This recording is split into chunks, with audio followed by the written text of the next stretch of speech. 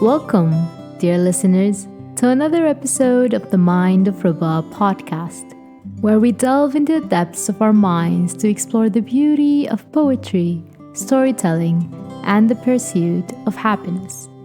I'm your host, Rubezuddin, and I invite you to join me on this journey of creativity, inspiration, and the search for peace, where I hope I can bring a smile to your face.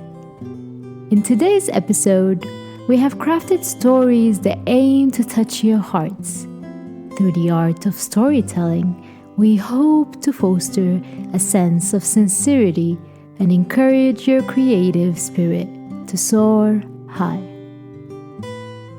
Each word and every phrase we share today has been carefully chosen to awaken the dormant dreams, hopes, and aspirations that reside deep within us all.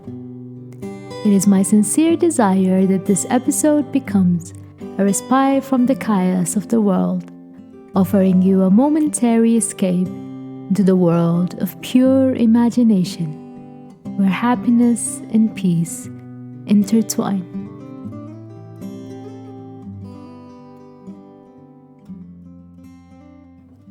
Anger, the emotion of annoyance, displeasure, or hostility. It is a completely natural emotion and very natural after someone dies. We see death as cruel and unfair, especially when you had so much planned out together. We might be angry at ourselves for things we did or didn't do before their death. Where denial may be considered a coping mechanism, anger is a masking effect. They call it a masking effect because it hides your emotions and pain behind itself. Not everyone will experience this stage of grief. Others may linger here. And anger is not only for such situations. We all know about our angry moments due to a friendship issue or maybe a teacher mistreating you. Anger happens in many aspects of our lives. It is when we know how to control it, we blossom. Why me? It's not fair. How can this happen to me? Who is to blame? Why would this happen? We scream these words not wanting to believe the situation we are in or being unable to accept it. That is okay. In the end, it is a situation where the pain is immense. So we need to allow ourselves to feel. We need to feel to be able to heal. As we deal with anger and it subsides, we come to realization of all the emotions we have kept hidden. Letting go cannot be in our minds when we lose someone special or something special. Those feelings that overwhelm our souls tend to be indescribable and ones that can't be understood when you are in the midst of it. To understand it, you need to get a different perspective.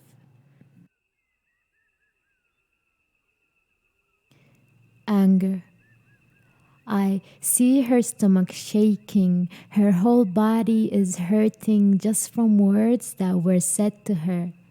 When feelings of injustice fills your body up, anger is the only answer. You can hear her word.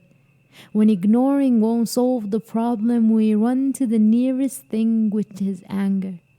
We get fed up listening to insults or fed up from ourselves for not doing something we were meant to do before a certain someone passes away.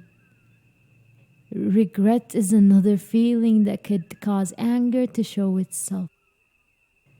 When there isn't anything we can do, then what other way can we deal with what's in our head than just exploding? It is a method of expression. I was wrong, so I get angry. I wasn't wrong, so I get angry. I have to get angry. When you love someone yet hate their guts.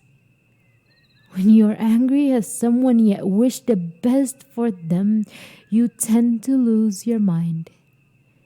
Your tears are stuck between wanting them to change and the fear of losing them. This is where you don't know what to do.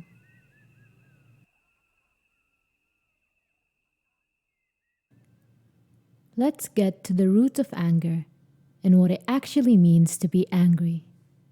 We all have felt this emotion at some point in our lives, just like all the other emotions we've experienced. This is different because it causes more problems compared to other emotions. The lack of ability in controlling one's emotions and anger is one of the main factors that weaken relationships between individuals.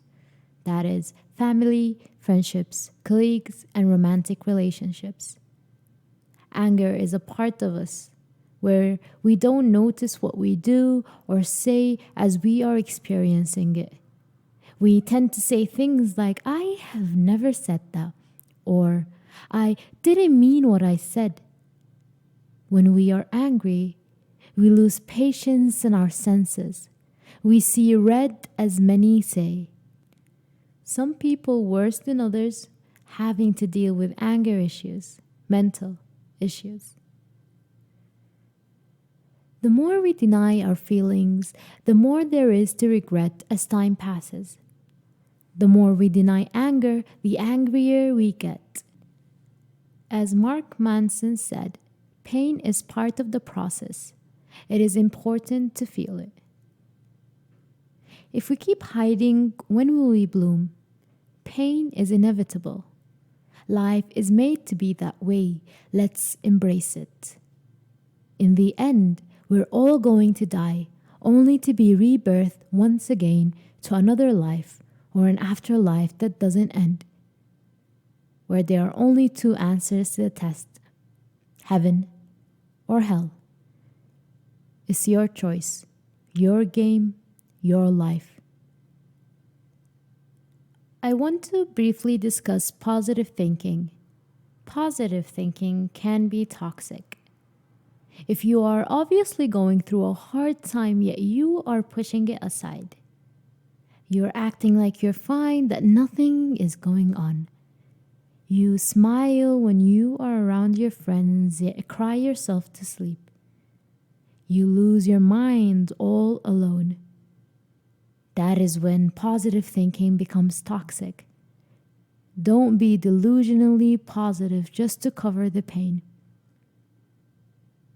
At a point, we become numb, tired of denying, tired of being angry, tired of the tears, tired of screaming, tired of acting, tired of smiling, and just tired in general.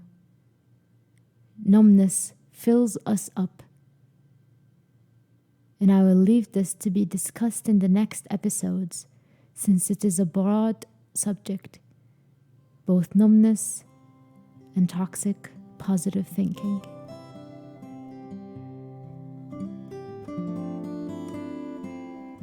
As we reach the end of our journey together, I hope you feel inspired and refreshed, as if you've taken a deep breath of the purest air that nature has to offer.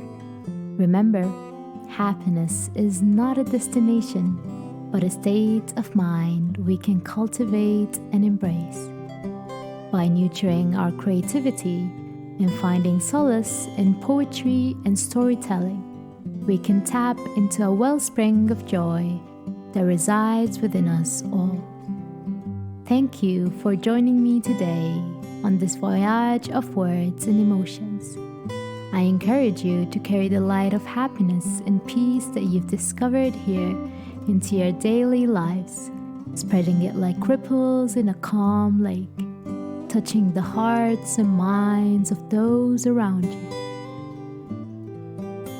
Before we part ways, I would like to express my deepest gratitude to each and every one of you, my dear friends, for your unwavering support.